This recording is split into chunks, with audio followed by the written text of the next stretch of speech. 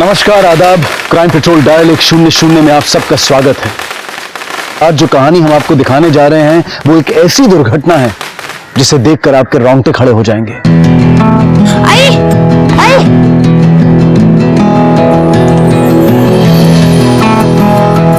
आई, आई। अरे क्या हुआ, क्यों चिल्ला रहा है? आई है बग, मैं पूरे स्कूल में फर्स्ट आया हूँ।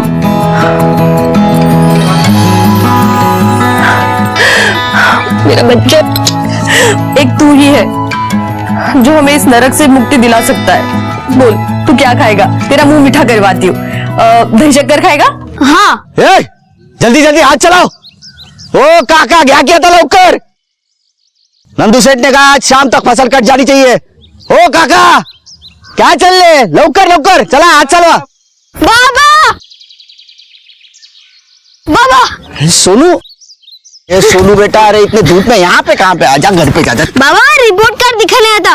देखो, मैं पूरे स्कूल में फर्स्ट आया हूँ। तू? काका, मेरा बेटा फर्स्ट है, फर्स्ट। मेरा बेटा फर्स्ट है। देखो पापा, मैं जब पढ़ लिख कर कलेक्टर बनूंगा ना, तो सारे खेत हमारे हो जाएंगे। फिर आपको किसी दूसरे के खेत में काम भी नहीं करना पड़ेगा। चल चल, तुझे मिठाई खिलाता हूँ अच्छी वाली। चल। बाबा, आज जी कहती थी कि पहले सारे खेत हमारे थे। सच में? हाँ थे तो। काम कर रहे? हेलो। सब बचा। फर्स्ट है, फर्स्ट। मिठाई मिठाई चाहिए उसको। हाँ, नहीं नहीं, सुन, वो अंग्रेजी स्कूल में पढ़ा रहा हूँ। हाँ, देख देख, ये अच्छा लगा क्या? विराट, तू बोल दो। हाँ, कौन सा भी चाहिए ले लेना। हाँ चलिए। मालिक मैं दे देता हूँ पैसे। हाँ चल। ए शंकर, तू फर्स्ट है ना? फर्स्ट। हाँ, आता शहरत पाटिल हो। सोनू, अब लाया ना तू, ले खाना। अरे का हुशर खाना तुम मोइलो। तेरी हिम्मत कैसे हुई मेरे बेटे को हाथ लगाने की? हाँ? अरे तू इसका बाबा है तो मैं भी इसका आजोबा है। मिठाई खिलाना पास हुआ है ना वो। अरे जहर नहीं दे रहा उसको। ये देख, मेरी जिंदगी में बहुत जहर घोल चुका है तू। अभी आजोबा बनने का नाटक मत कर। बेटे के आसपास भी दिखा ना, काट के रख दूंगा। भूल जाऊंगा तू मेरा बाप है, समझा? तो तुला कळत नाही का रे? कोणी दिले खायचं है? हाँ? चल।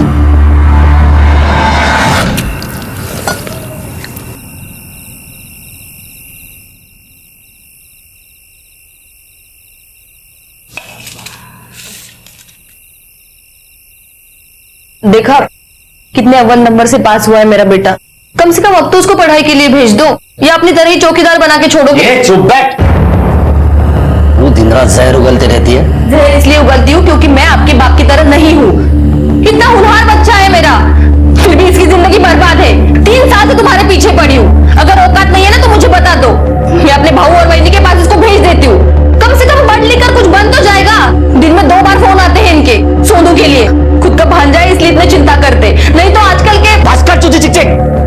बाहू वहीनी काट डालूंगा उधर जाके, समझे? खाता तूच।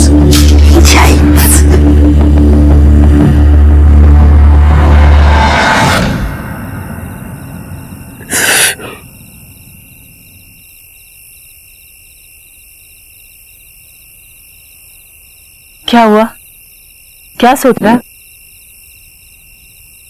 सोनू की पढ़ाई के खर्चे के बारे में सोच रहा हूँ।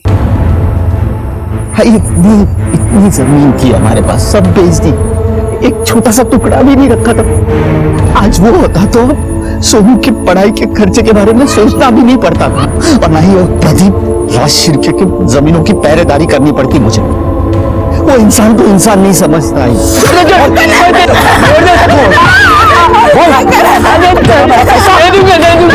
और उसका बेटा नंदू, और जब भी उसे सोनू के पढ़ाई के लिए खर्चा मांगने जाओ तो जली कटी सुना कर। हमारी ये कुत्तों जैसी हालत क्यों हुई है मालूम है? तुम्हारे सुहाग की वजह से। नसताना माझा कापून टाकला असता सागर.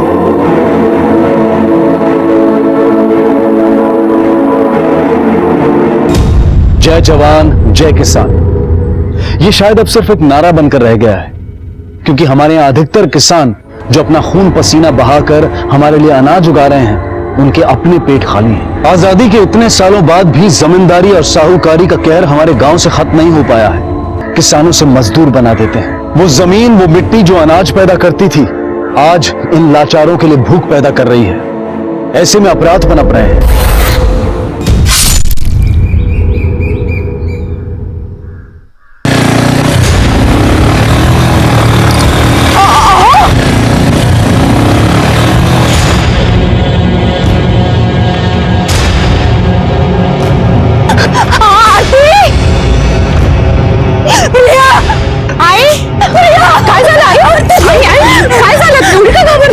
तुमच्या बाबाला विराज घेऊन गेला.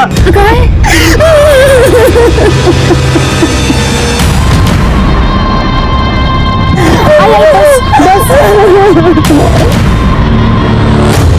बच्चे को पढ़ाने के लिए शहर में भेजना है तेरा, पैसों के लिए मेरे पास भीख मांगते रहता है, दो हिलाते रहता है. चल जा. बाबा, दादा, छोड़ो. देखो ये बिल्कुल गलत है, छोड़ो से. बाबा, बाबा, मेरे मामले में बीच में मत पड़ना. तू अपने काम से काम रखा कर, समझी? मैं अगर बीच में नहीं आती ना तो फंस जाते थे आप. अरे विश्वास काका को अगर कुछ हो जाता तो जेल हो जाती आपको. दादा बस भी करो आप क्यों बेचारे गरीब गांव वालों का खून चूस रहे हो? अब और कितना चाहिए आपको? रास्ता बोलो नको. तू अपना ये ज्ञान है ना किसी और को बांटना, मुझे नहीं. मुझे अच्छी तरह से पता है मुझे क्या करना और क्या नहीं करना. और मुझे बोलने से पहले तू खुद को देख. तूने जो किया ना, उसके बाद तुझे घर से बाहर निकलने दे रहे, वो तेरे लिए बहुत है.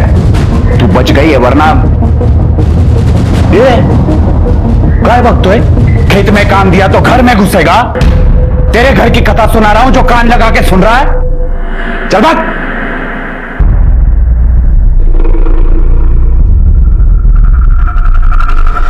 मी आधीच सांगितलं होतं, लड़की को इतनी छूट मत दो. अब बुक तो. ये सब चंद्रा की रोने धोने का नतीजा है. अपनी बेटी से बहुत प्यार करती हो ना तुम. तुम्हारी ये बेटी हमारे लिए एक ना एक दिन मुसीबत खड़ी करने वाली है.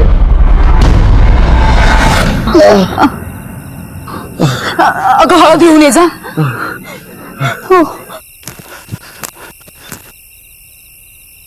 बाबा, बाबा कसं काय झालंय? बाबा कौन किया है? बाबा बताओ कौन किया है? कोशिश हो. बता कौन किया. अभी के अभी जाके काट डालूंगा उसको मैं. अरे बताने क्यों नहीं, बताना कौन किया है. दादा, तुझे शपथ है, अपना मुंह मत खोलना मुंह. अच्छा नहीं बताओगे? मरने का इतना ही शौक है ना तो मरो. और कितना मरेंगे? मर तो रहे हैं ना.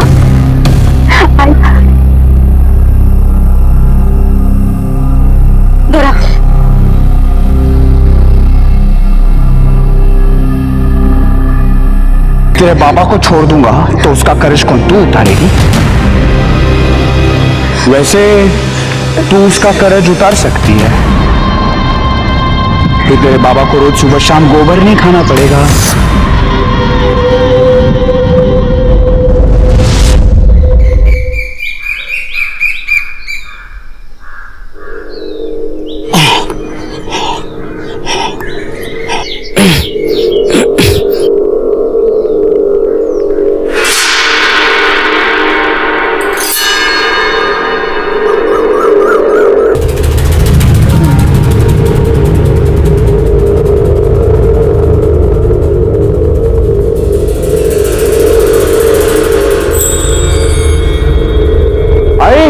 शेतात जाऊन येतोय.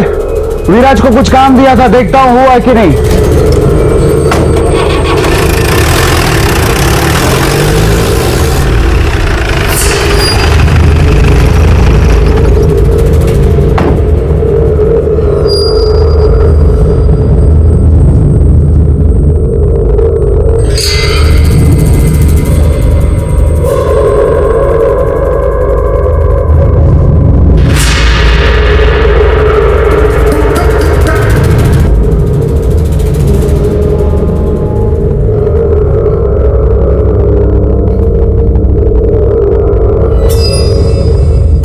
अदा का कर्जा माफ कर दोगे ना? अरे हो रे बाबा, करूंगा ना, वरना तेरे को बोलता ही क्यों? हाँ चल, अरे चल रे, चल चल।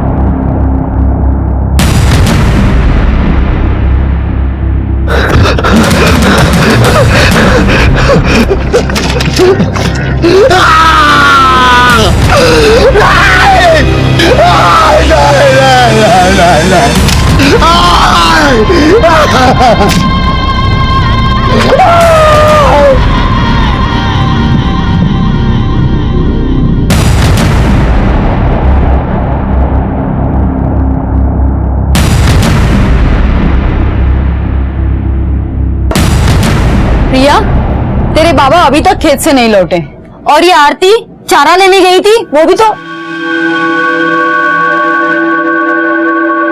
आरती,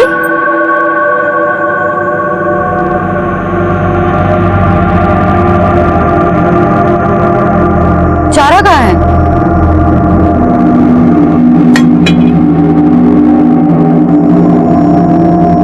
क्या हुआ? कुछ बोल क्यों नहीं है तू?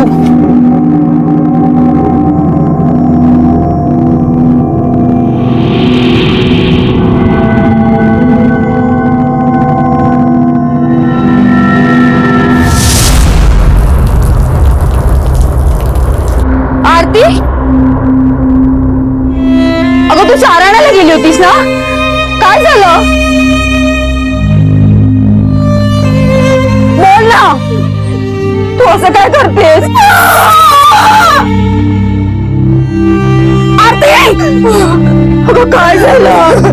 बोल ना, बोलत का नाहीस तू?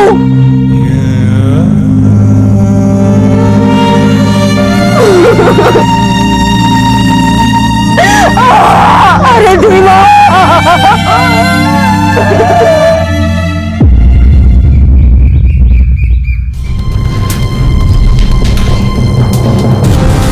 विराज भाव, वो विश्वास का कहा पेड़ के नीचे पड़े, उनके मुंह से झाग निकल रहा है। तू गावात जाऊन सांग, जा। Hello, police station.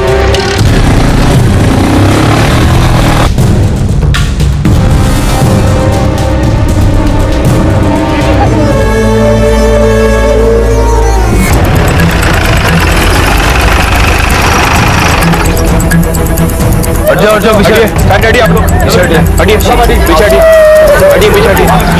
हाँ साहब ये खरा है, ये खेत मेरा है, लेकिन मेरे खेत में इसने आत्महत्या क्यों की समझ में नहीं आ रहा है। इसका आपसे कुछ लेना देना था क्या? लेना नहीं देना ही था, कर्जा लिया था मेरे से, अभी चुकाने की बारी आई तो मेरे खेत में आके आत्महत्या कर ली। नहीं साहब, साहब इन्होंने आत्महत्या नहीं की साहब, बल्कि इनको मजबूर किया है अपनी जान लेने के लिए। इनके बेटे नंदू ने मेरी बेटी का बलात्कार किया साहब।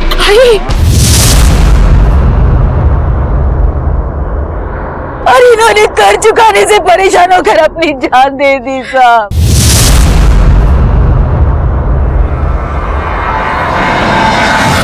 कहते हैं कि मुश्किल वक्त में ही इंसान की असल पहचान होती है, लेकिन मजबूरी और गरीबी अच्छे अच्छों को तोड़ देती है।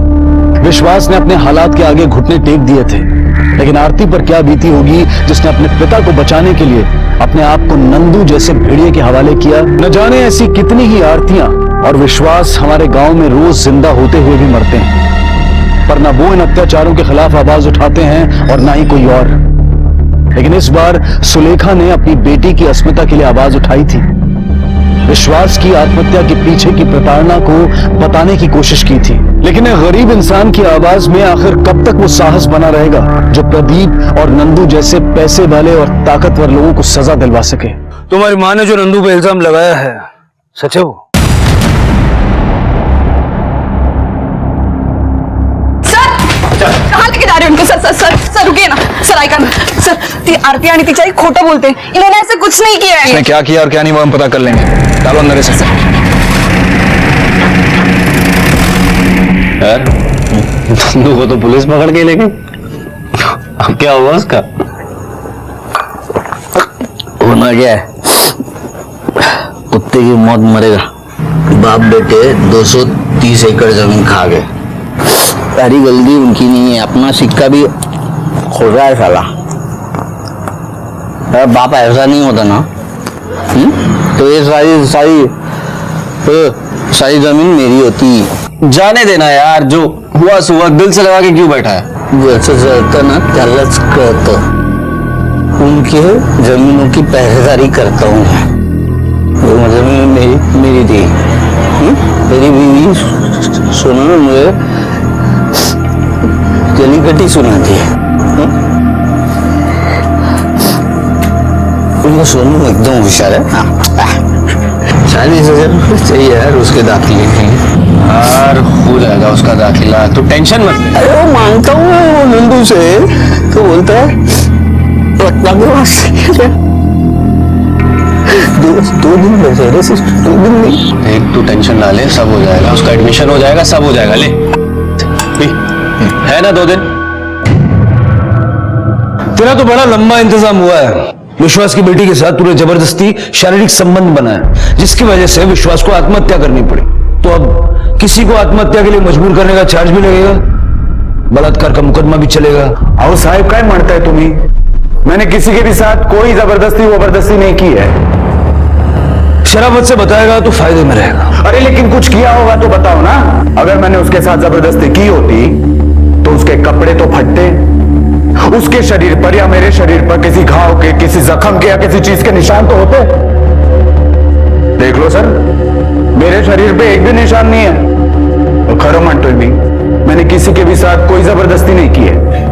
कांबळे, सुबह तक इसको यहीं रखो, बाद में सच बोलेगा।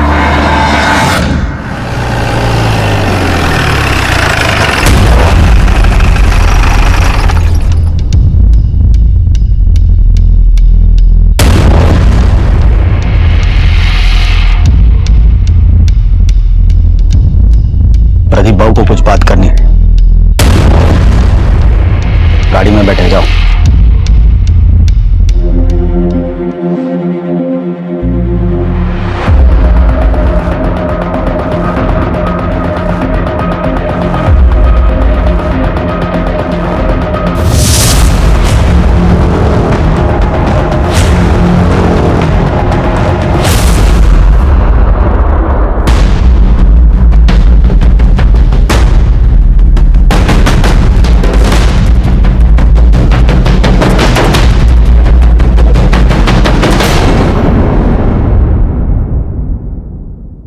किसी दबाव में आकर तो ऐसा नहीं कह रही हो ना तुम?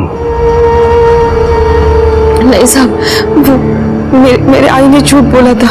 बाबा ने प्रदीप राजशिर्के से बहुत सारा कर्जा लिया था और वो चुका नहीं पा रहे थे, इसलिए उन्होंने आत्महत्या की। और बाबा के मरने के बाद वो कर्जा चलता नहीं रही, इसलिए आई ने झूठ बोला। नंदू ने मेरे साथ कुछ गलत नहीं किया, कुछ नहीं हुआ। ठीक है, जा सकती हो।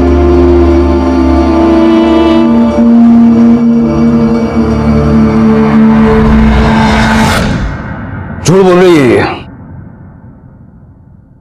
नंदू को छोड़ दो। Okay sir.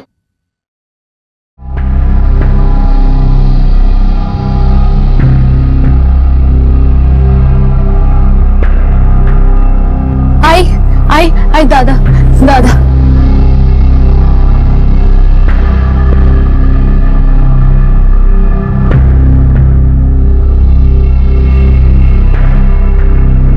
मुझे क्यों घूर रहा है?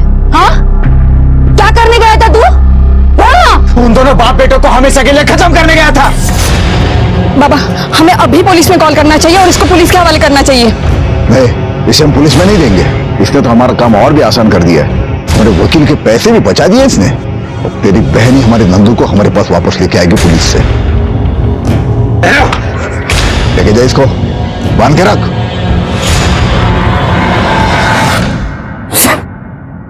साला मुझे समझ में नहीं आता, मैं उस जगह पे था ही क्यों?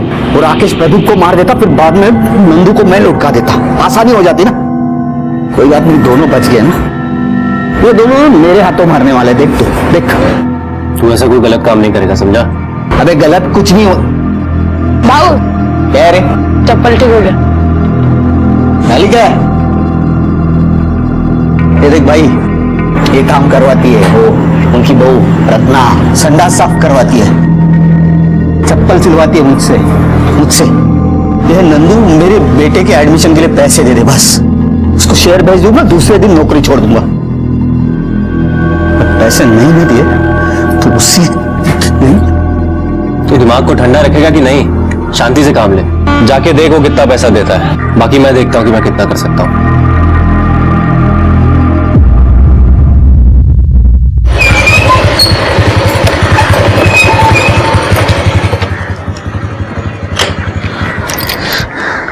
विराज, हमारे नंदू रत्ना स्वाति को देखा है कहीं? नहीं, हाँ नंदू वो आए थे खेत में दोपहर को, और उसके बाद कहाँ चले गए मालूम नहीं। पता नहीं ये तीनों कहाँ चले गए। कल शाम को 4 बजे नंदू का फोन आया था रत्ना को। आई, हम आ रहे हैं अभी। हाँ उसके बाद रत्ना और स्वाति भी कहीं चली गई, अब तक लौटी नहीं। ऐसा करते चलो ढूंढते उनको।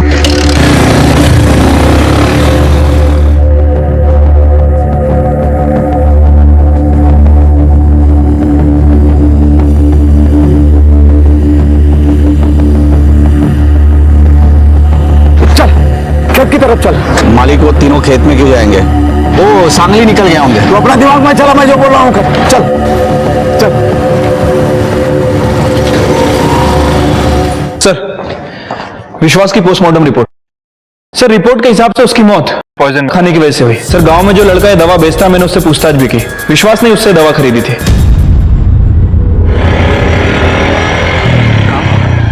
रुक रुक रुक रुक। क्यों?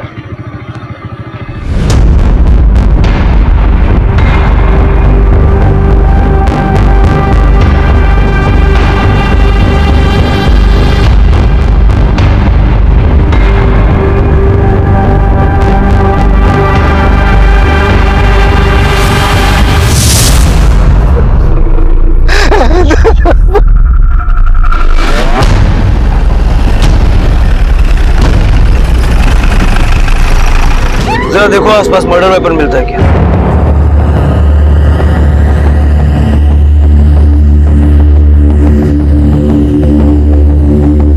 सर, आसपास तो कोई वेपन नहीं मिला है। सर, अजीब बात है, कातिल ने वेपन को छुपा दिया, लेकिन इस तरह पुतला बनाकर इसे टांग दिया। हो सकता है कातिल इस कत्ल को छुपाना नहीं बल्कि दिखाना चाहता हो सकता है वो इस कत्ल के जरिए कुछ कहना चाहता हो। कभी बेरहमी से वार किया गया और ब्लड भी गीला है, मतलब कत्ल कुछ घंटों पहले ही हुआ है।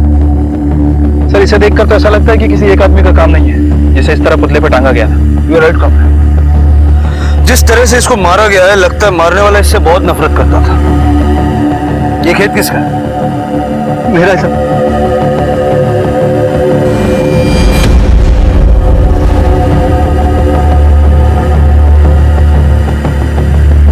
आपको किसी पे शक है? शक नहीं साहब, यकीन है मुझे। राकेश ने मारा है मेरे बेटे को। राकेश ने तो मेरे बेटे और बहू को भी उसी ने गायब किया था। सब वो कुल्हाड़ी लेके हम सबको मारने के लिए आया था साहब। मेरे बेटे और बहू को बचाना साहब।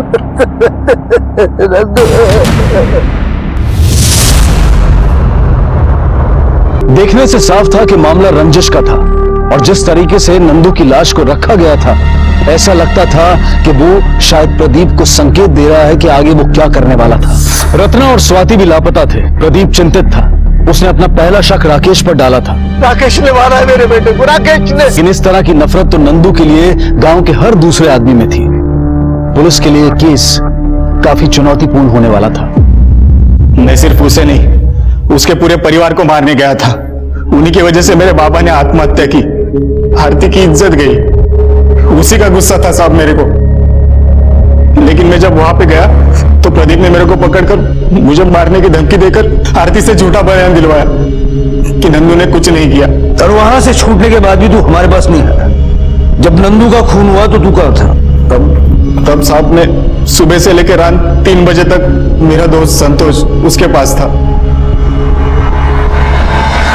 सर, स्वाति, रत्ना और नंदू के फोन रिकॉर्ड्स और ट्रायंगुलेशन रिकॉर्ड्स। सर, रत्ना और नंदू ये दोनों लगातार फैमिली मेंबर्स के कॉल में थे, लेकिन सर स्वाति के कॉल रिकॉर्ड से किसी अशोक का नाम सामने आया। सर, स्वाति दिन में 10 से 12 बार इस अशोक से बात किया करती थी और कोई भी कॉल आधे घंटे से कम की नहीं है। स्वाति के फोन पर आखिरी बार इसी नंबर से कॉल आया था।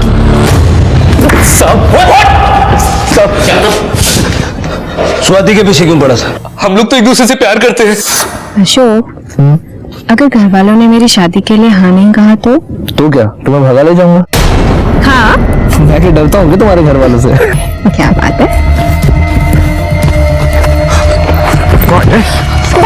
भाव छोड़ दीजिए। भाव, बड़ी बड़ी फेंक रहा था ना तू, कहाँ से आया तू? हाँ, हम एक दूसरे से प्यार करते हैं। उसके बाद भी तूने स्वाति से कांटेक्ट तोड़ा नहीं, यहाँ तक कि कल जब स्वाति घर से निकली, गायब हुई, तब भी आखिरी कॉल तेरा था। सर, मैं मानता हूँ मैंने कॉल किया था, लेकिन मैंने किसी को गायब नहीं किया सर। मैंने किसी का खून नहीं किया। हमने तेरे मोबाइल से मैसेजेस पढ़े, जिसमें एक मैसेज में स्वाति लिखती है कि प्रदीप, रत्ना और नंदू ये सब तुम्हारे रिश्ते के खिलाफ थे। यहां तक कि रत्ना तो उसके लिए एक लड़का भी देख रही थी। रत्ना और नंदू सबसे ज्यादा खिलाफ थे। और जवाब में तूने क्या लिखा है? कोई भी हमारे प्यार के बीच में आएगा तो उसे रास्ते से हटा देंगे। सर, मैंने ऐसा मैसेज जरूर किया था, पर इसका मतलब ये नहीं कि मैं सच में ऐसा कर दूंगा सर। हटा देंगे मतलब ये प्लानिंग तेरी और स्वाति की थी। बोल, स्वाति कहाँ? और रत्ना को कहाँ रखा है? जिंदा है या मार डाला? सर, मैं सच बोल रहा हूँ सर। मैंने ऐसा कुछ नहीं किया। सर,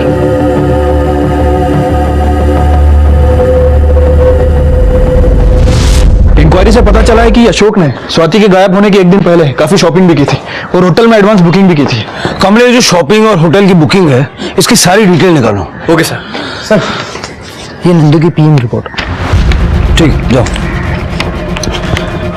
नंदू की पोस्टमार्टम रिपोर्ट के हिसाब से उस पर किसी घुमावदार या और उसकी मौत शाम को 4 से 6 बजे के बीच हुई है। सर, हमने स्वाति के कॉल रिकॉर्ड को दोबारा चेक किया। राकेश जी संतोष देवलकर की बात कर रहा था। सर, स्वाति के गायब होने से पहले तकरीबन 3 बजे के आसपास स्वाति ने इससे फोन पे बात की थी, लेकिन सर रिकॉर्ड के हिसाब से स्वाति ने उससे पहले उससे कभी बात नहीं की। उठाओ इस संतोष देवलकर को।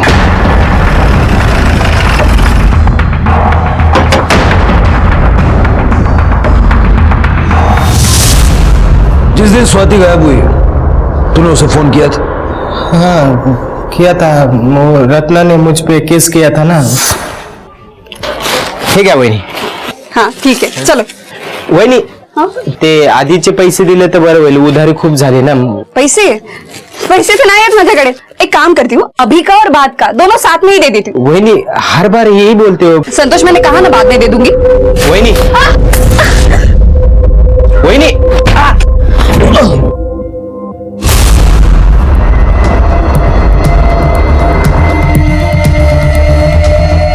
ये क्या कर रहे हो तुम? छोड़ो मुझे। वहिनी सोडा। मी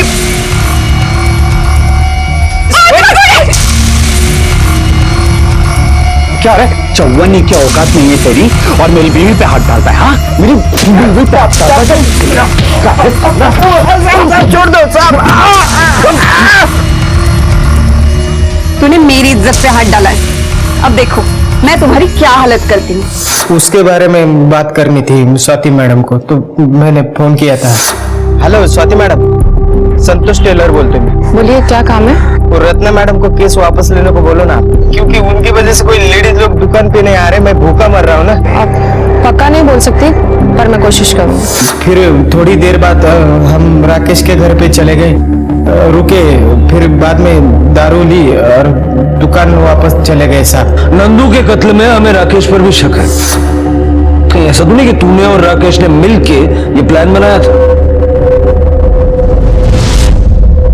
सर, ये अशोक के वकील है, इसके बेल के पेपर्स लेके आए। ठीक है, छोड़ दो। आइए। कामड़े, अशोक ने बेल करवाई, उसे छोड़ रहे हैं, लेकिन उस पर नजर रखना। Okay sir. Sir, Swati, Ratna और नंदू इन तीनों के फोन लोकेशन चेक किए। सर, इन तीनों का फोन एक ही जगह स्विच ऑफ हुआ था। हमने उस लोकेशन को भी आइडेंटिफाई कर लिया। पुलिस हर पहलू को टटोलने की कोशिश कर रही थी, लेकिन अब तक उनके हाथ कोई सफलता नहीं लगी थी। संतोष, अशोक, राकेश, तीनों पर पुलिस की नजर थी। नंदू का कत्ल किसने किया था और क्यों, क्या वो स्वाति और रत्ना का भी यही हश्र करने वाला था? नंदू, स्वाति और रत्ना का मामला एक ही था या फिर ये अलग अलग मामले थे? साहब जिस दिन नंदू का खून हुआ उस दिन नागेश के साथ बहुत झगड़ा हुआ था साहब। ये तेरा बाप है ना, बाप दगाबाज हो। दोस्ती में दगा किया उसने और मेरी सारी जमीन हड़प ली। ए बेवड़िया, तेरी जब उतर जाएगी ना तो वाड़े पे आ जाना। तेरे को अच्छी तरह से समझाऊंगा कि जमीन मेरे बाप की वजह से गई या फिर तेरी इस रंगरलियां और तेरी उस अभिलाषा की वजह से। मैं तो खाली बेवड़ा हो रहे। तेरा बाप है ना सांप है, सांप, आस्तीन का सांप। उसने इधर डसा मेरे को।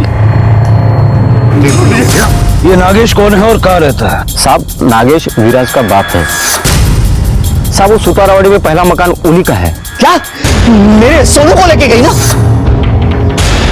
भाई के साथ आई थी, काट के रख दूंगा मैं तुझको। बेटा उसको रोकना चाहिए था ना तू।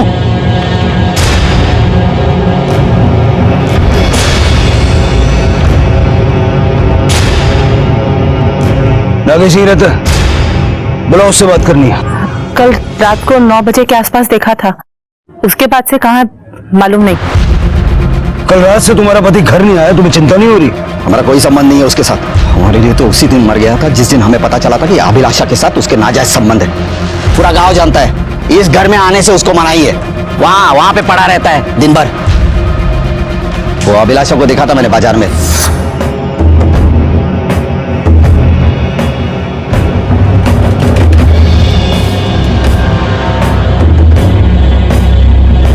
अभिलाषा यहाँ क्या कर रही है? मुड़ के गया तो गायब हो गई थी। कल रात से मेरा बाप भी गायब है। ये अभिलाषा कौन है? अभिलाषा वो औरत है जिसके साथ मेरे बाप के नाजायज संबंध है। कहाँ रहती है? पहले इस गांव में रहती थी। वो प्रदीप राजशिरके के पास से खुली खरीदी थी उसने। अब कुछ साल हो गए शहर में जाके बस गई है। अभी शहर में कहाँ पे रहती है ना मालूम नहीं, मेरे बाप को मालूम होगा। नागेश आता है या उसकी कोई भी खबर मिलती है, सबसे पहले पुलिस स्टेशन आके बताना।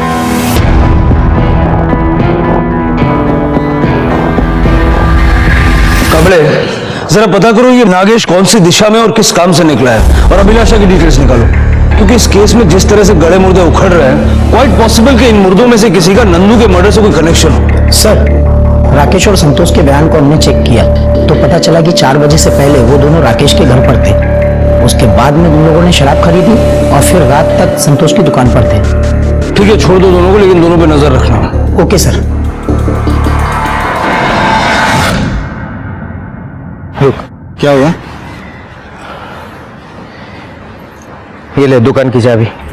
और तू जा, मैं आधे घंटे में आता हूँ। ठीक है, जल्दी आ।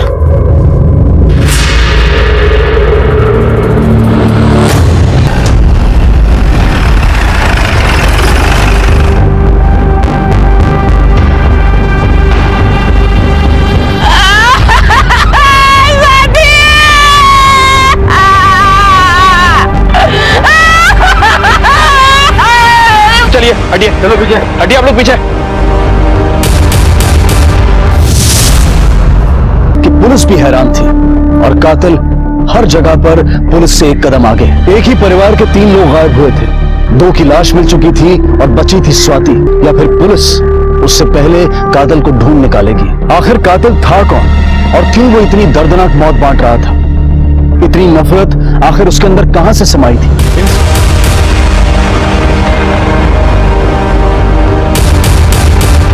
रत्ना को भी ठीक उसी तरह मारा गया जैसे नंदू को मारा गया। कमले, जो कोई भी है प्रदीप से बदला लेना चाहता है, उसे बताना चाहता है कि वो उससे कितनी नफरत करता है, और इसीलिए शायद वो उसके परिवार के लोगों को एक के बाद एक मार रहा है।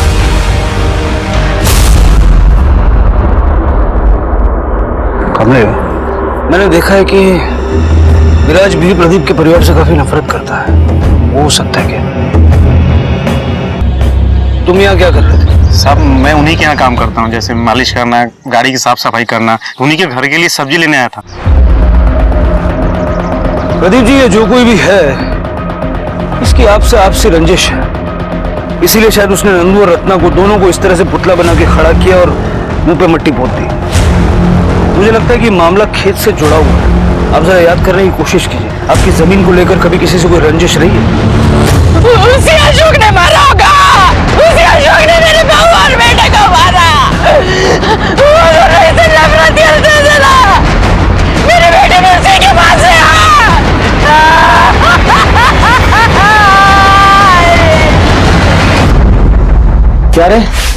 तो आधा घंटा बोल के निकल गया था, अभी 2 घंटे हो गए, किधर गया था? अरे एक काम निकला था यार। काम निकला था? हाँ, काम था।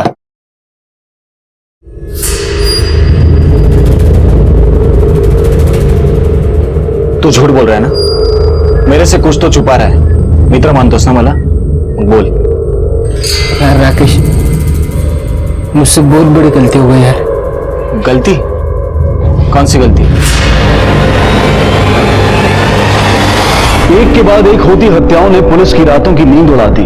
इन्वेस्टिगेशन भी तमाम उम्मीदें जगाते हुए घूमकर शून्य पर आकर रुक जाती। और संतोष ने आखिर ऐसा क्या किया था जिसकी वजह से वो इतना घबराया हुआ था? क्या ये पूरा षड्यंत्र अशोक ने रचा था या फिर नागेश ने अपना पुराना बदला लिया था? सर, अशोक ने जिस दुकान पे शॉपिंग की थी ये उसका डुप्लीकेट बिल है। सर, उसने दूल्हा और दुल्हन का जोड़ा खरीदा था, लेकिन सर एक अजीब बात है, उसने 2 नहीं बल्कि 3 लोगों की बुकिंग कराई थी। मतलब अशोक और स्वाति का भाग के शादी करने का प्लान था और उस प्लान में कोई तीसरा भी इन्वॉल्व है। सर, आप लोग मुझे फिर यहाँ पर ले आए, मैंने सब बताया तो। ये शादी का सामान किसके लिए खरीदा था? सर, ये मैंने स्वाति के लिए खरीदा था सर। हम लोगों को समझ में आ गया था कि उसके घर वाले हमारी शादी नहीं होने देंगे, इसलिए हम लोगों ने छुप के शादी करने का प्लान बनाया था। पर उसके एक दिन पहले ही स्वाति गायब हो गई सर।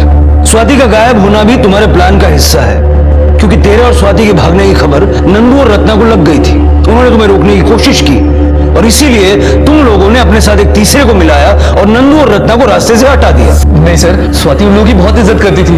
एक बार जब नंदू ने मुझे और स्वाति को साथ में पकड़ा था और मारा, तब स्वाति ने मुझे रोका था पुलिस कंप्लेंट करने से।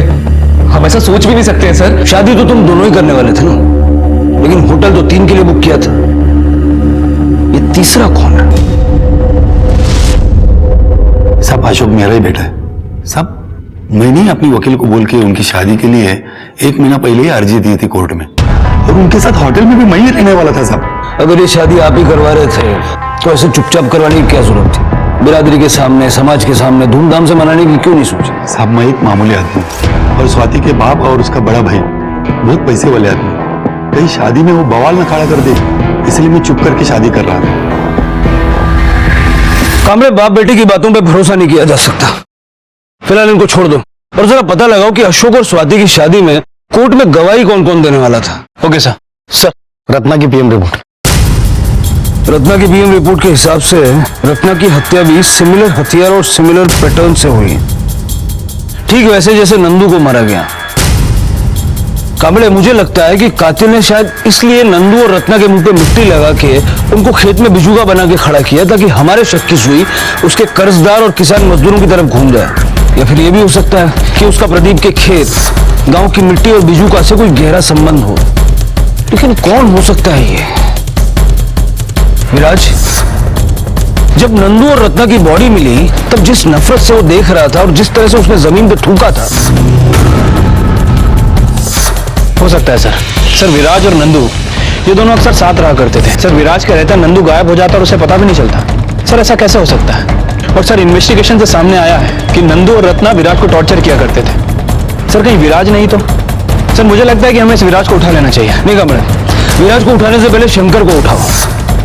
शंकर से हम विराज की सारी हिस्ट्री निकालेंगे। Okay sir. नागेश मोहिते के बारे में कुछ पता चला? सर, गांव वालों से उसके बारे में पूछताछ की है। उनका कहना है कि उसका कोई एक ठिकाना नहीं है। खबरियों को अलर्ट कर दो, उनसे कहो कि नागेश जैसे गांव में दिखाई दे सबसे पहले हमें पता चलना चाहिए। तब तक मैं देखता हूं कि इस विराज की नफरत किस हद तक जा सकती है।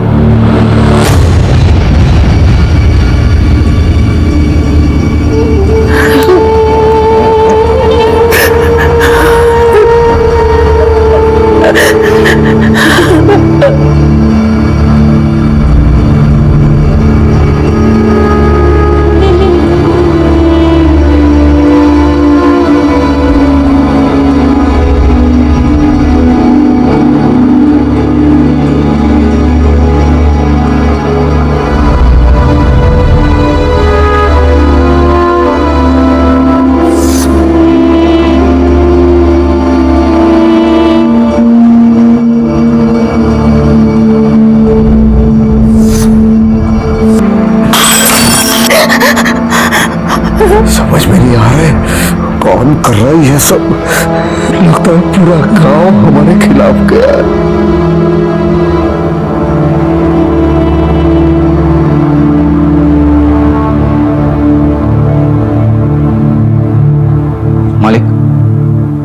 आपने मुझे बुलाया? हाँ।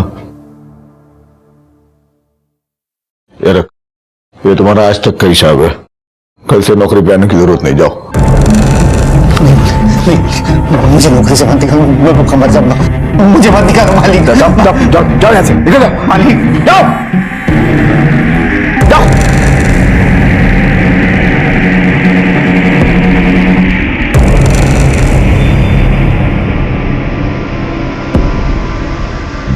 प्रदीप के लिए दुश्मन को पहचानना मुश्किल था, क्योंकि उसने पूरे गांव पर ही अत्याचार किए थे। उधर पुलिस के पास संदिग्धों के नाम पर विराज, राकेश, अशोक, संतोष और नागेश के साथ साथ और भी नाम जुड़ते जा रहे थे। पर देखा जाए तो सारा का सारा गांव ही संदिग्ध था।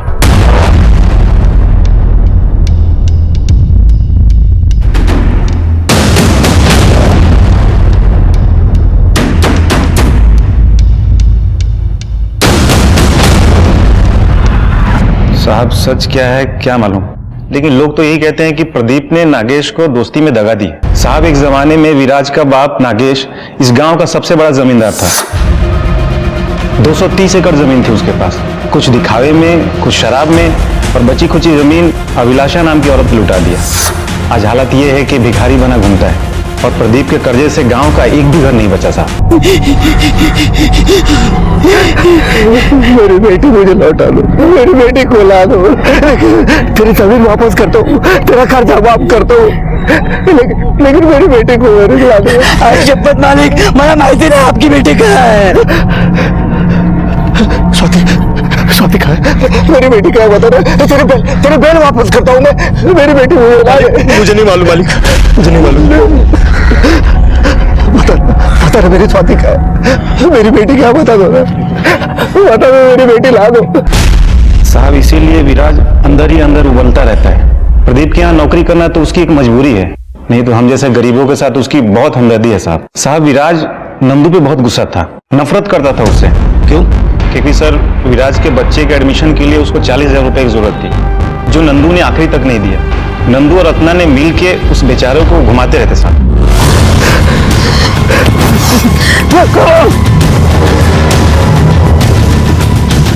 अगर मेरे बेटे के साथ कुछ हुआ ना तो जान से मार दूंगा सबको, आग लगा दूंगा गाँव में। एक भी बच्चा जिंदा नहीं छोड़ूंगा इस गाँव में, ध्यान रखना। चलो यहाँ से।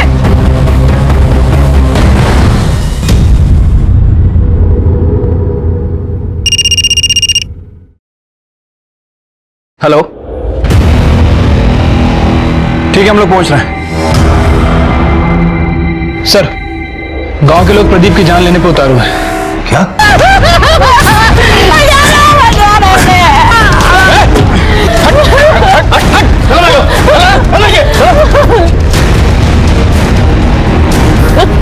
जब बैठ के तमाशा देख रहे थे, अपने मालिक को बचा नहीं सकते थे? मालिक नहीं है मेरा, काम पर से निकाल दिया। साहब अगर ये आज बीच में आता ना, हम इसे भी नहीं छोड़ते। प्रदीप साहब हत्यारा है, इसने मेरे बच्चे की जान ली साहब। वो देखिए साहब, मैंने खुद देखा है, ये तो प्रदीप है। ये यहाँ क्या कर रहा है?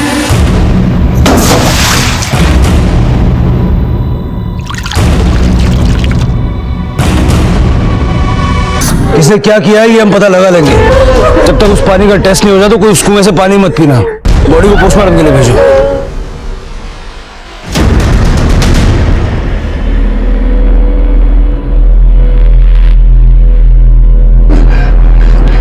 बताइए, कुएं के पानी में जहर मिलाया था आपने?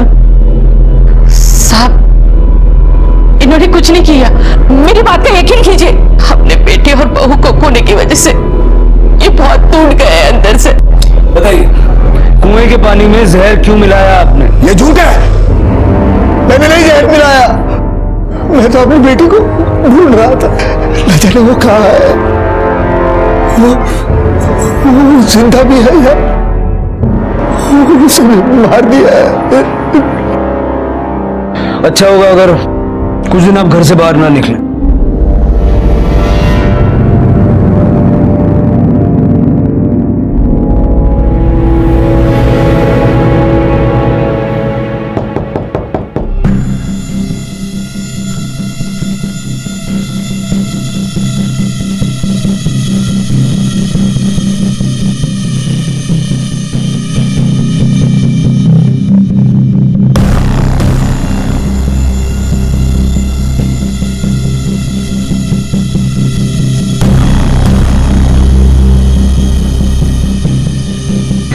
का दुपट्टा है।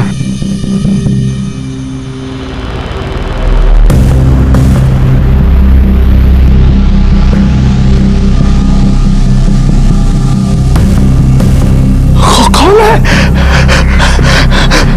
कौन है? स्वाति!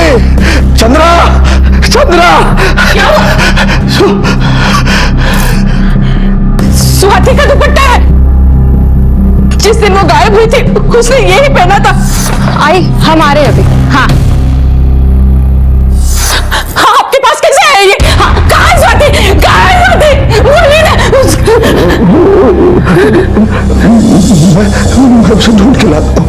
स्वाति! स्वाति! स्वाति! सुनिए ना, कहाँ जा रहे हैं आप? स्वाति! सर, कुएं का पानी पीने से जिन लोगों की मौत हुई थी उनके पेट में और कुएं के पानी में सेम तरह का कीटनाशक मिला है। सर, इस कीटनाशक की वजह से इंसान का दम घुटने लगता है और उसकी मौत हो जाती है। कमले, इस एरिया में जितने भी पेस्टिसाइड डीलर है सबसे पूछताछ करो, कब, किसने और कितनी मात्रा में ये पेस्टिसाइड खरीदा है। Okay sir. Swati! Swati! Swati! Swati! Swati! Swati!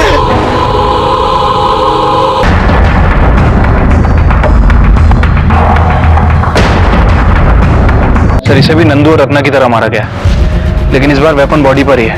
Sir, कहीं ऐसा तो नहीं कि कातिल हमें बताना चाहता है कि उसका बदला पूरा हो गया। स्वाति अभी भी गायब है। कहाँ पे? थम्बा दिखा। मुझे भूल कर निकले थे, मैं स्वाति को ढूंढने जा रहा हूँ। कमले, ये जो कोई भी है बहुत शातिर है। इसने प्रदीप को यहाँ बुलाने के लिए स्वाति का दुपट्टा यूज किया ताकि हम उसको ट्रेस ना कर पाए। सर, ऐसा भी हो सकता है कि कातिल ने कीटनाशक मिलाया कुएं में ताकि गांव के लोग प्रदीप पे शक करें और फिर इसे मार दें।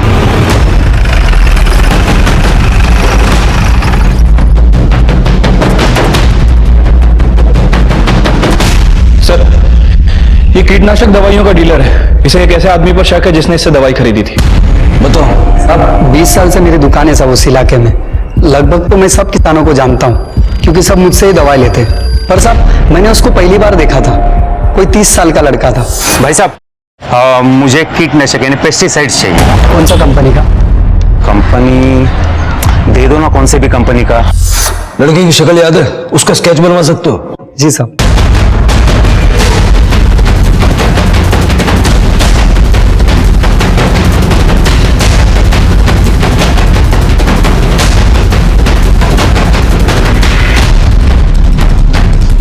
सर, ये रहा उस लड़के का स्केच।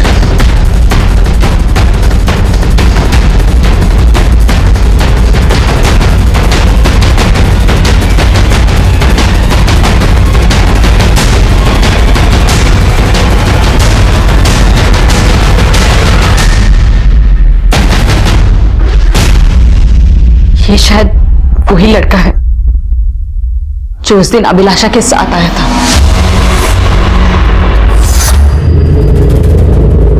ये मेरे मकान के कागज है, मैंने साइन कर दिया है, देख लो।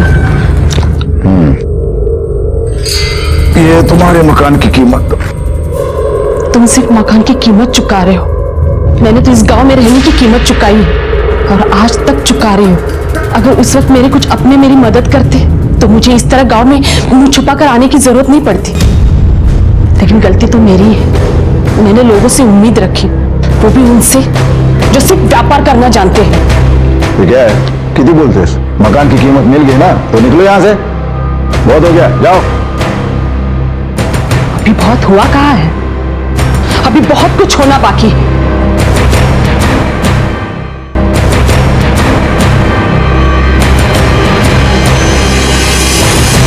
तुमने देखा नहीं वो कितने गुस्से में गई? तो गुस्से में जाए या भाड़ में जाए, हमें क्या। देख, जिसे पैसों की जरूरत होती है ना वो ऐसे ही तिल मिलाता है, लेकिन हमें ध्यान नहीं देना चाहिए। अपना फायदा हो गया ना, अरे आधे से भी कम कीमत में मकान मिल गया उसका। ये उसके मकान के पेपर्स है जो वो लेकर आई थी। इसमें उसकी फोटो और उसके शहर के घर का पता है।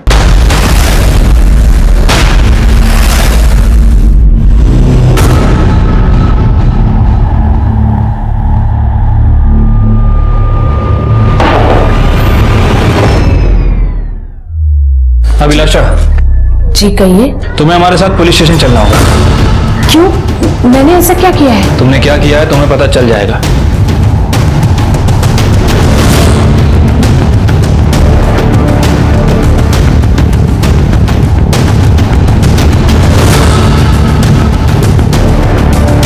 वो लड़का कहाँ है जिसके साथ तुम मंदनपुर आई थी? वो पुणे गया है। ठीक है, तुम मिल गई, वो भी मिल जाएगा। नागेश को कहां छुपा रखा है? झूठ बोलने की कोशिश मत करना, क्योंकि हम जानते हैं नागेश तुमसे मिला हुआ है। विराज ने उस दिन गांव की मार्केट में तुम्हें देख लिया और उस दिन से 4 लोग गायब हैं। नंदू, रत्ना, स्वाति और नागेश। उस दिन प्रदीप को अपना मकान बेचकर वो रुपए लेकर मैं बाजार से निकल ही रही थी, तभी अभिलाषा है, अभिलाषा, मुझे अपने साथ ले चलो ना तुम। देखो मेरी जिंदगी नरक हो गई है तुम्हारे बिना। और जो मेरे साथ हुआ था वो भूल गए? क्या हुआ था तुम्हारे साथ? उस दिन नागेश को देखकर मुझे मेरा अपमान याद आ गया था, लेकिन नागेश ने मेरा पीछा नहीं छोड़ा। मैंने उसे कहा, मैं तुम्हारे परिवार से अपनी बेइज्जती का बदला लेना चाहती हूँ। अगर तुम मेरे साथ चलते हो तो उस मकान के कागज लेकर आना जिसमें तुम्हारी बीवी और बेटा रहता है।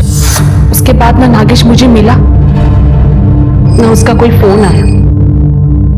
गांव वालों ने जो तुम्हारे साथ किया, उसकी शिकायत तुमने पुलिस में क्यों नहीं की? सर, रिपोर्ट लिखवा के क्या मेरा सम्मान मुझे वापस मिलता? तो इस तरह से तुम अपना अपमान भूली नहीं थी, और जब गांव वापस आई तो सब याद आ गया, और गांव वालों से बदला लेने के लिए तुमने कुएं के पानी में पेस्टिसाइड मिला दिया। सर, इसके साथ जो लड़का है मनीष, वो हमारे गिरफ्त में है। अभिलाषा के कहने के ऊपर मैंने वो 2 गोली कुएं में डाली थी। इसकी और अभिलाषा की चार्जशीट फाइल करो। सर, हमारा खबरी रघु आया है। उसका कहना है कि प्रदीप की फैमिली के कत्ल से जुड़ी हुई उसके पास खास खबर है। ये तो राकेश और संतोष है, ये तीसरा कौन है? साहब, ये मुंबई का सुपारी किलर बंटी नाम है इसका। मैंने इन तीनों को सांगली मार्केट में साथ में देखा था। कुएं में जहर की गुत्थी तो सुलझ गई थी। अभिलाषा ने अपने बदले की वजह से कई लोगों की जान ले ली, लेकिन नंदू, स्वाति, रत्ना और नागेश के मामले में कोई सुराग हाथ नहीं लग पाया था। लेकिन पुलिस को अचानक संतोष के एक कॉन्ट्रैक्ट किलर के साथ देखे जाने की बात पता चली। क्या वाकई में संतोष ही इस पूरे हत्याकांड का मास्टरमाइंड था? ये पता करने के लिए पुलिस ने एक बार फिर राकेश और संतोष को पुलिस स्टेशन बुलाया। बताने की जरूरत है कि ये कौन है, या बताऊं? बंटी, मुंबई का कॉन्ट्रैक्ट किलर। अब प्यार से बिना मार खाए बता दो, स्वाति कहां है? क्या किया उसके साथ? अब भी बोला बिना मार खाए बता दो। मारो। क्या इसलिए किया साहब? इसमें मेरा लेना देना कुछ नहीं है। सब लोग हमारे बच्चे साहब गलती हो गई साहब। वो रत्ना के केस की वजह से मेरा जीना हराम हो गया। मेरी छोटी बहन है, उसकी शादी करनी थी, लेकिन वो भी टूट गई। पैसा नहीं, कुछ नहीं। मैं बोला दुकान बेच के उसकी शादी करेंगे, चलो। ताला लगा तो लगा, बेचने जाऊं तो कोई ले रहा नहीं था। वो नंदू ने सबको धमकी दी थी कि कोई संतोष का दुकान लेगा ना तो उसका जीना हराम करेगा। फिर बहन की शादी टूटी। बाद में मुझे वो बंटी मिला, वो बंटी। अरे संतोष, क्यों बोला? भाई,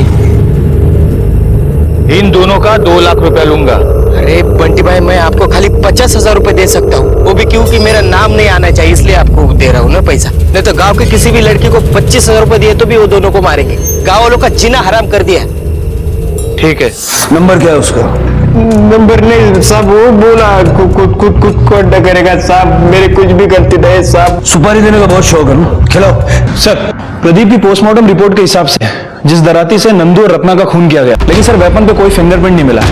हो सकता है कि कातिल ने फिंगरप्रिंट को मिटा दिया हो। सर, जिस सफाई से काम किया गया है, मुझे लगता है इस काम में बंटी का ही हाथ है। संतोष के मुताबिक उसे नंदू और रत्ना को मारना था, लेकिन स्वाति भी साथ में गायब हुई, तो हो सकता है कि बंटी स्वाति को भी मारना चाहे।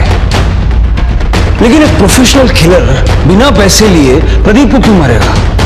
और इस तरह लोगों को पुतला बना के खेत में खड़ा करना, उनके मुंह पे मट्टी पोतना, इस सब की उसे क्या जरूरत? कुछ तो गड़बड़ है कामले, और इसीलिए हम अपनी इन्वेस्टिगेशन सिर्फ बंटी पे फोकस नहीं कर सकते। तुम एक काम करो, तुम मुंबई पुलिस से कांटेक्ट करो। स्वाति और अशोक के कोर्ट मैरिज में विराज गवाह बनने वाला था। वो तीसरा आदमी विराज था। कामले, बुलाओ विराज को। अशोक और स्वाति कोर्ट मैरिज करने वाले जानता था? हाँ साहब, वो शादी का सब खरीदी करने गए थे ना, तो मैं उनके साथ ही था। फिर ये बात प्रदीप को क्यों नहीं बताई? सर, मैंने क्या सोचा कि स्वाति और अशोक शादी कर ले तो उसी दिन सब दुनिया को पता चल जाएगा ना। मतलब उनकी बदनामी से तुझे खुशी मिलती है, जैसे उनकी लाशों को देख के मिली थी। मुझे याद है जिस नफरत से तूने थूका था, तब तो तुझे इस बात का भी गुस्सा होगा कि नंदू और रत्ना ने तेरे बच्चे के एडमिशन के लिए तुझे पैसे नहीं दिए। गुस्सा इस बात का भी होगा कि प्रदीप ने तुझे नौकरी से निकाल दिया। और इतना ही नहीं, तेरे बाप को बेवकूफ बना के तुम्हारी 230 एकड़ जमीन हड़प ली, और इन सब चीजों का बदला लेने के लिए तूने उसे मार दिया। हाँ साहब, अगर मेरा बस चलता ना तो स्वाति को छोड़ के प्रदीप के पूरे खानदान को खत्म कर देता मैं। सिर्फ उसके परिवार को या अपने बाप को भी? नागेश की भी कोई खबर नहीं है, उसे भी मार दिया। हमारे लिए तो वो कब का मर चुका है, उसे क्या मारना साहब? सीधी तरह से अपना गुनाह कबूल कर लेगा तो अच्छा होगा। साहब, मैंने कुछ किया ही नहीं तो। हेलो,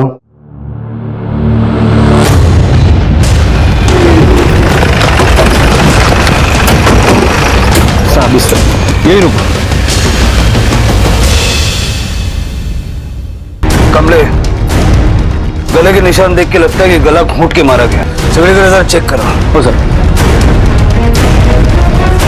कमले, ये खून के निशान देखे, लगता है शायद नंदू और रत्ना को भी यही लाकर मारा गया होगा। सर ये 3 मोबाइल मिले। ऑन करो। हाँ सर, ये तो नंदू का मोबाइल है और ये रत्ना का।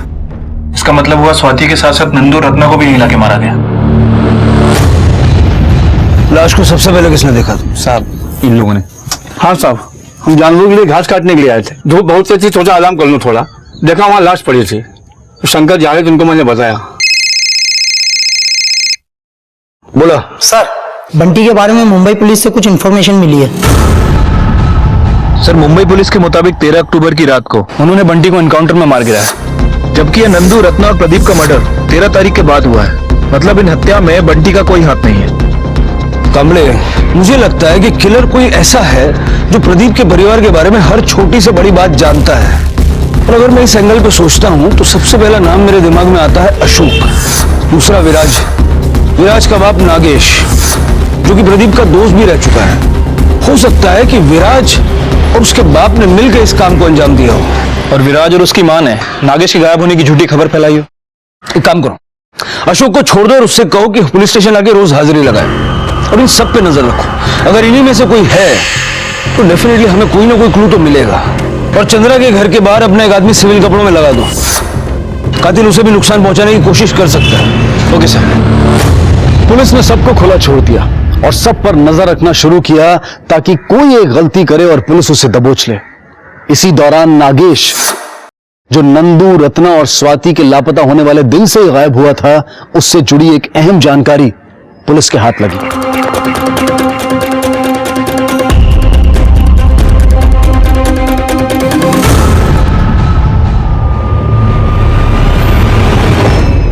विराज अपने बाप से इतनी नफरत करता है कि उसे जीते जी मरा हुआ मानता है।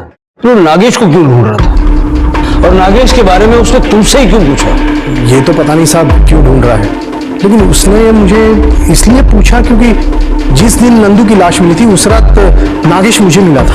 अरे क्या रहे गोपाल, अभी तक देसी में फंसा है तू। आज तेरे को अंग्रेजी पिलाता हूँ मैं। गिलास लाना जरा। मुझे एक बात बता, तू इतना खुश क्यों है जो आज अंग्रेजी पिला रहा है? गांव में इतने बड़े बड़े सांप थे ना, उनका एक सपोला था सबसे ज्यादा जहरीला, हो गया ऊपर नंदू। एक एक करके सब जाएंगे और मैं अकेला जाऊंगा विदेशा के साथ। देख, चलो चलो चलो, उठो, 11 बज गया, बंद करने का टाइम होगा। चलो चल। चल तू अब सो जा, मैं निकलता हूँ। अरे आज नींद किधर आने वाली है रे, एक बहुत जरूरी काम है वो करना है। तू जा तू जा। उसने बताया कौन सा काम निपटाना चाह रहा था? मतलब उस दराती के बारे में या अभिलाषा के बारे में या प्रदीप और उसकी फैमिली के बारे में? नहीं साहब। ठीक है, जाओ। कमले, अगर इस गोपाल की बात को सच माने तो 11 बजे तक नागेश अपने घर गया, जबकि सुनीता ने हमसे कहा कि वो 9 बजे के बाद आया ही नहीं। रात को 9 बजे के आसपास देखा था, उसके बाद से कहाँ है मालूम नहीं। अगर ये गोपाल सच बोल रहा है तो फिर सुनीता हमसे झूठ क्यों बोल रही? सर हो सकता है कि नागेश को सुनीता और योगेश ने बाद में देखा ही ना, और वैसे भी उन दोनों को उसकी कुछ ज्यादा पड़ी नहीं है। सर ये स्वाति की पीएम रिपोर्ट। मतलब कातिल प्रदीप रत्ना और नंदू से जितनी नफरत करता था उतनी स्वाति से नहीं करता। ये विराज हो सकता है क्योंकि वो शादी में भी इन्वॉल्व था। सर कहीं ये काम ये दोनों बाप बेटे मिलकर तो नहीं कर रहे? चलो।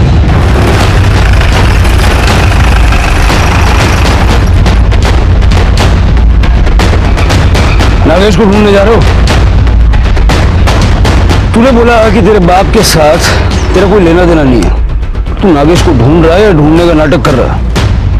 मैं कुछ समझा नहीं साहब।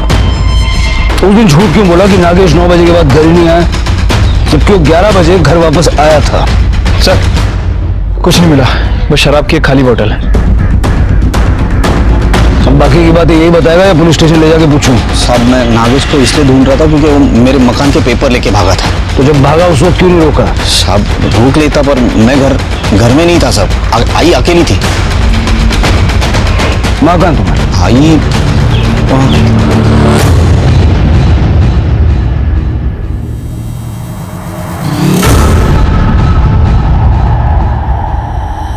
ये नागेश जब घर के पेपर लेके भागा तो आपने रोका क्यों नहीं?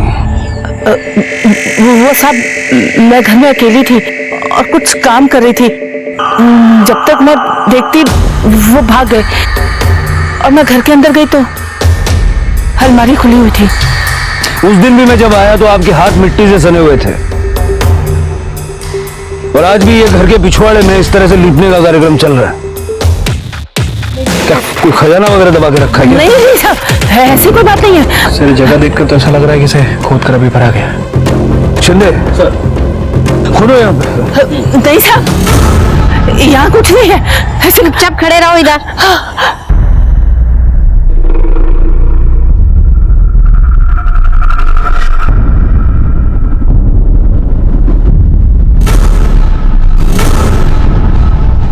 शिंदे बॉडी निकालो।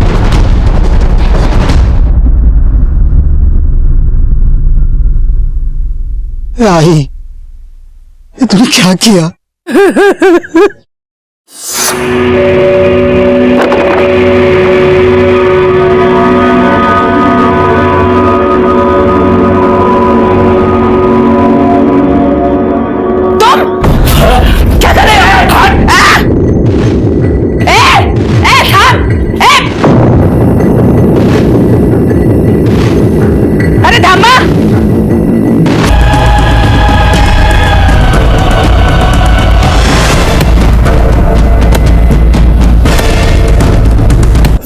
विराज कर रहा है तो आई क्या गई तू जागी?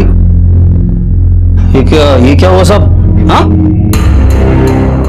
मेरा बाबा नागेश बहू के गहने लेके भाग रहा था तो गहने का?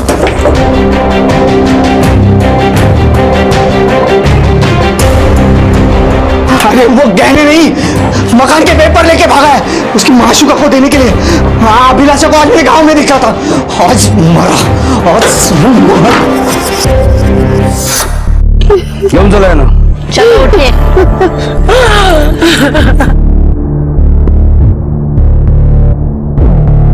पुलिस ने न सिर्फ संदिग्धों की बल्कि उनके करीबी लोगों की भी जांच पड़ताल शुरू की, और इसी दौरान प्रदीप की हत्या के बाद अखबार में छपी एक खबर ने पुलिस का ध्यान अपनी ओर आकर्षित किया। सर आज के अखबार में प्रदीप से रिलेटेड एक इंफॉर्मेशन छपी है। सर आज से 20 साल पहले इसी गांव में किसानों और मजदूरों के ऊपर नरसंहार हुआ था। सर इस नरसंहार में लगभग सभी लोगों की मौत हो गई थी, लेकिन एक 2 साल का बच्चा बच गया था। कामले, पता करो ये बच्चा कौन था और अब कहाँ है। पाटिल साहब, आप इस गांव के सरपंच हैं, पिछले 3 पीढ़ियों से यहीं पे। 20 साल पहले इस गांव में एक नरसंहार हुआ था।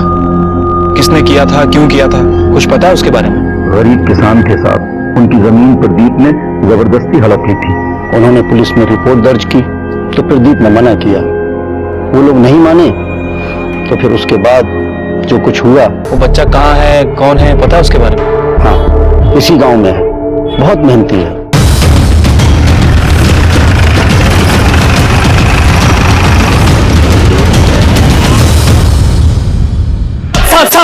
सब इन्हें मत मारिए साहब। मैं सब बताता हूँ सर, मैं सब बताता हूँ। जिस दिन नंदू आरती से बलात्कार के केस में छूटकर बाहर निकला, उसी दिन हमें पता चल चुका था कि इन सब से कुछ नहीं होने वाला। इस गांव की मिट्टी को हमें ही साफ करना पड़ेगा। पूरा गांव उनके अत्याचारों से परेशान था साहब, पर कोई हिम्मत ही नहीं करता था साहब, सब डरते थे। तब हम तीनों ने फैसला किया कि प्रदीप के परिवार को उसके किए की सजा जरूर मिलनी चाहिए। और उस दिन जब नंदू खेत से बाहर निकला,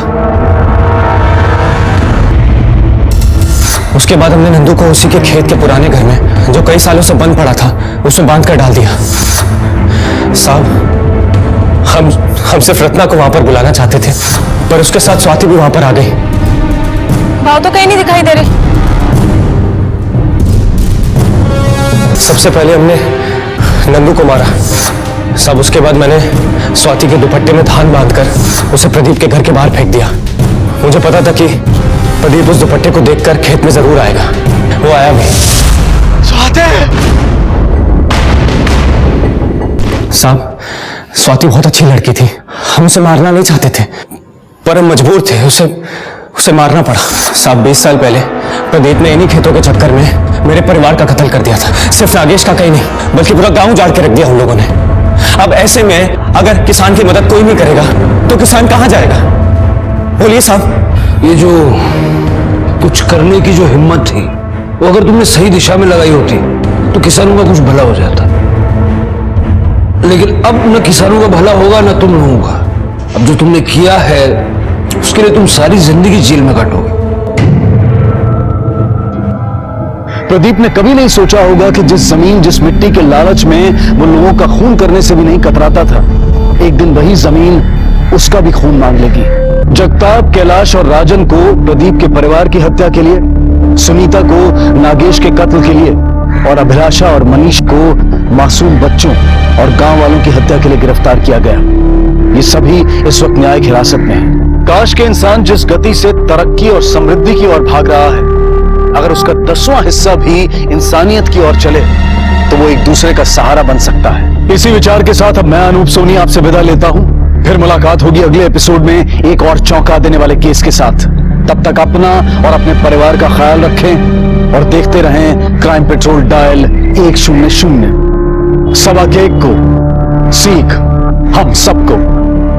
जय हिंद। इस तरह के और भी एपिसोड देखने के लिए हमारे चैनल को सब्सक्राइब करें और बेल आइकन दबाना ना भूलें।